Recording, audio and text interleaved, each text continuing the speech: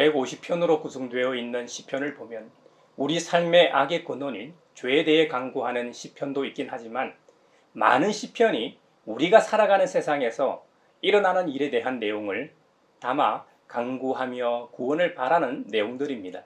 시편 17편은 다윗의 시편인데요. 그곳에서 다윗은 하나님의 구원을 간절히 바라고 있습니다. 시편 17편에서 구하는 구원이라는 것이 인류를 죄에서 구하는 것을 의미하는 것이 아닙니다. 다윗은 골리앗을 물리친 민족의 영웅입니다. 우리나라로 치면 임진왜란과 정유죄란 때 한반도를 침략한 일본으로부터 조선을 구한 이순신 장군 같은 존재입니다. 이순신 장군도 자신의 뜻과는 상관없이 이순신을 견제하려는 세력에 의해 일종의 탄핵을 당하게 되고 당시 왕이었던 선조가 이순신의 삼도 수군 통제사의 벼슬을 빼앗아 백의종군하게 하죠. 백의종군은 지금의 보직 해임에 해당할 겁니다. 임진왜란 때 왕이었던 선조는 일본을 무찌르는 이순신에 대한 백성들의 민의가 절대적이어서 자신의 자리를 위협하는 인물로 생각했습니다. 이순신이 절대적으로 필요한 인물이었지만 동시에 눈의 가시 같은 존재였던 셈이죠. 다윗도 이스라엘의 초대 왕이었던 다윗에게 눈의 가시 같은 존재였습니다.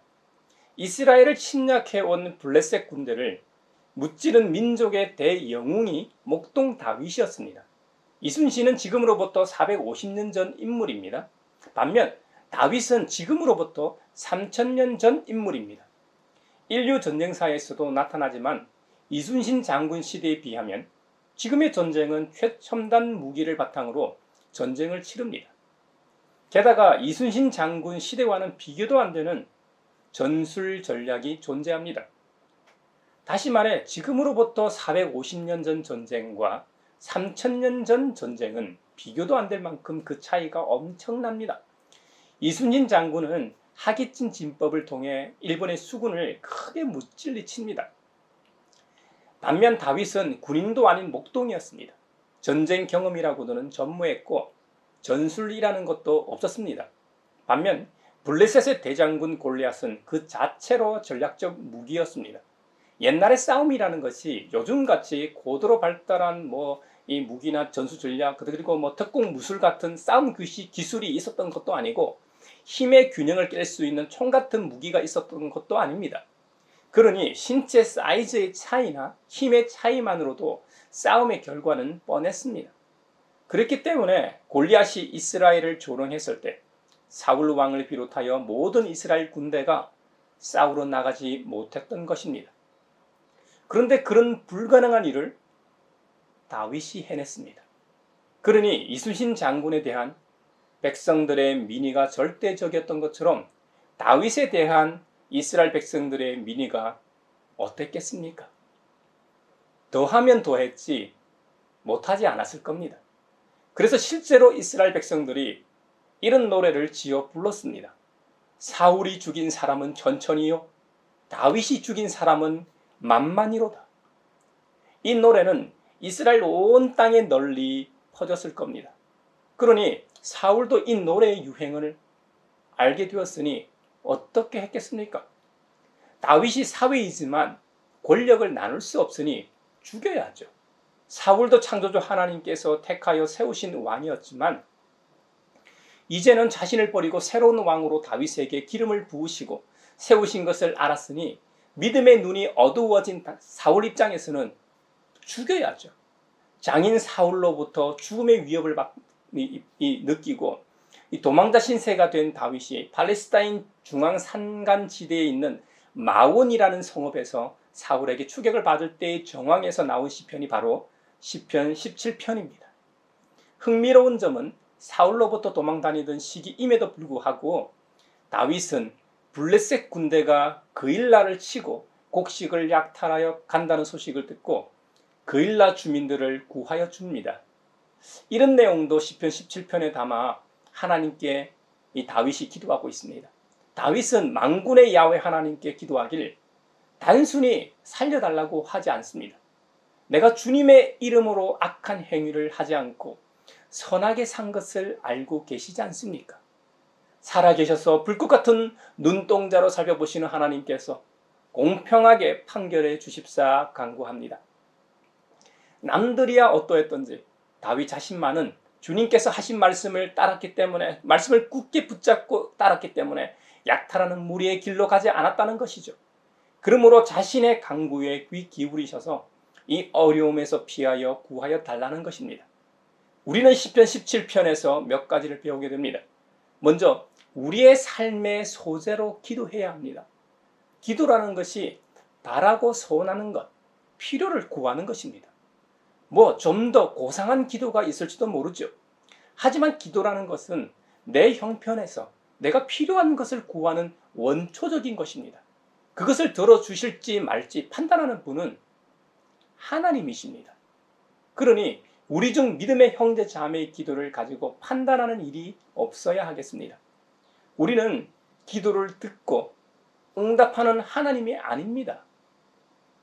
우리의 삶을 통해 시작한 기도는 신약 시대에 이르러 우리 예수님께서 가르쳐 주신 것처럼 하나님의 나라와 그 의를 구하는 기도로까지 확장되고 성장해 가길 또한 바랍니다. 예수님께 나아온 사람들을 보십시오. 모두 다 자신의 필요에 따라 온 사람들입니다. 우리도 마찬가지입니다.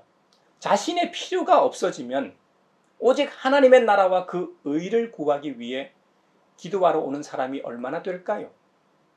아마 거의 없을지도 모릅니다. 그러니 다시 한번 말씀드리지만 기도는 오직 하나님께서 들으시고 응답하는 영역입니다. 기도하는 형제자매를 판단하지 마세요. 무조건 격려하고 함께 중보해 주세요. 이것이 믿음의 지체들이 할 일입니다. 시편 17편을 통해 두 번째로 우리가 배울 것은 다윗의 고백처럼 우리의 부르짖음에 응답하시도록 주님의 말씀을 따라 사는 것입니다. 나의 삶을 감찰하시는 하나님께서 다 아시오니 거짓없이 드리는 기도, 거짓없는 입술의 고백에 귀를 기울여 주십사 다윗은 간구하고 있습니다. 이런 기도야말로 하나님께서 들으시는 기도라는 것입니다. 그래서 주님의 말씀은 내 발의 등이요 내 길의 빛이 된다고 노래했던 것이죠. 오직 정직한 사람의 기도는 하나님께서 멀리하지 않으신다는 사실을 우리 모두 기억합시다. 하지만 거짓말하지 않고 100% 정직하게 사는 사람이 얼마나 될까요? 없을 수도 있습니다. 성경에서 사기꾼의 대명사 하면 떠오르는 인물이 있습니다. 창세기에 보면 장자 축복권 때문에 형을 속여 형제간의 우애가 깨지고 원수 사이가 된 야곱이 있습니다. 야곱이 형 에서를 피해 외삼촌 라반의 집으로 도망갔다 20년 만에 고향 땅으로 돌아옵니다. 돌아오는 여정의 출발도 하나님께 확인하고 출발한 길이었습니다. 그런데 20년이 지났지만 여전히 형 에서가 무서웠던 것 같습니다. 형 에서를 만나기 전에 앞서 사람들을 먼저 보내 동생 야곱이 돌아왔다고 전합니다. 형 에서를 만나고 돌아온 심부름꾼들이 하는 말이 형 에서가 무려 400명의 사병을 거느리고 주인 야곱을 죽이려고 지금 오고 있다고 말입니다. 이에 야곱은 다시 하나님께 간구합니다. 부디 제 형의 손에서 저를 살려주십시오. 형이 와서 저를 치고 아내들과 자식들까지 죽일까 두렵습니다. 이에 하나님께서 다시 한번 야곱과 약속하십니다. 내가 반드시 너에게 은혜를 베풀어서 너의 씨가 바다의 모래처럼 셀 수도 없이 많아지게 하겠다. 이런 약속에도 불구하고 사기꾼 기질이 있던 야곱은 의심이 그치지 않습니다. 그래서 자신의 방도대로 형에게 줄 선물을 준비합니다. 성경의 기록에 보면 암연소 200마리, 순염소 20마리, 암양 200마리, 순양 20마리, 암낙타 30마리와 거기에 딸린 새끼들이니 최소 새끼들도 30마리는 더 됐겠죠. 거기다 암소 40마리, 황소 10마리, 암낙이 20마리와 딸린 새끼 낙이 10마리를 총 4대로 나눠 보냅니다. 약 4,000년 전이라면 이 정도의 선물이면 실로 엄청난 선물일 겁니다. 오늘날은 이런 동물들을 대량 생산해서 우리의 먹거리로 하기 때문에 약 580마리에 해당하는 가축이 그렇게 많은 것으로 안 보일지도 모릅니다. 그래도 궁금해서 요즘 축산 산지 경매로 계산을 해보니 약 2억 정도 되더라고요.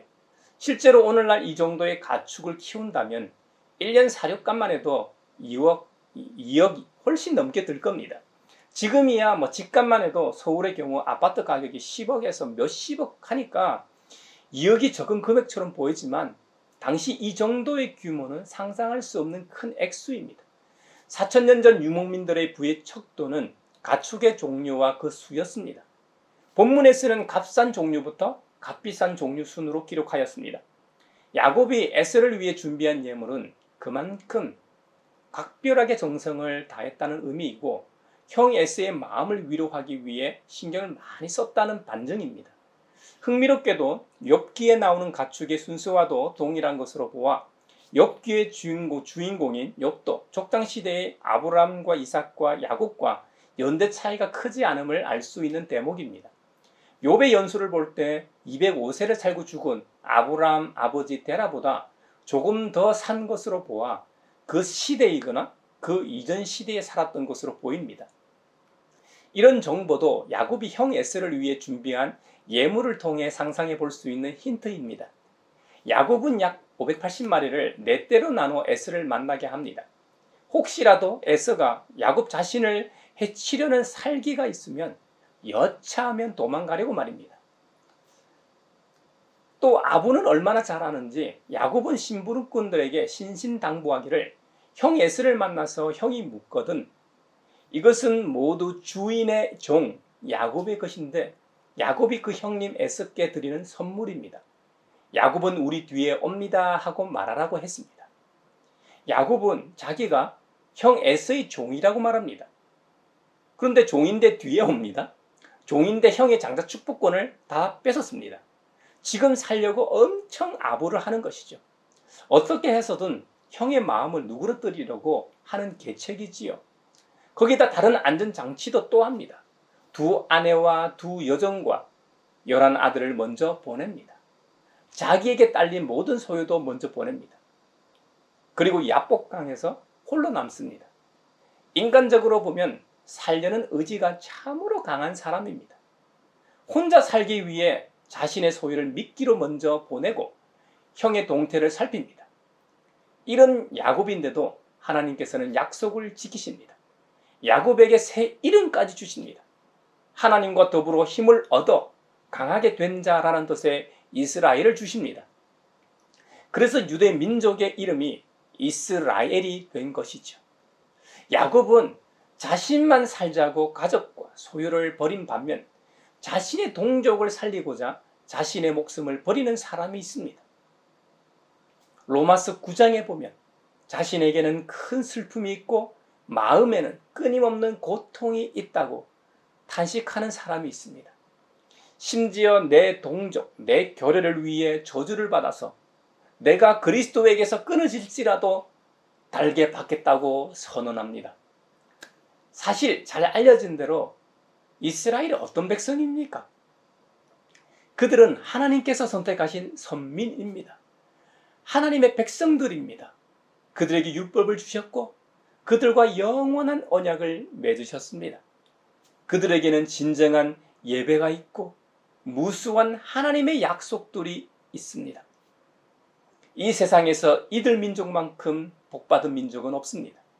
믿음의 족장들이 바로 그들의 조상입니다.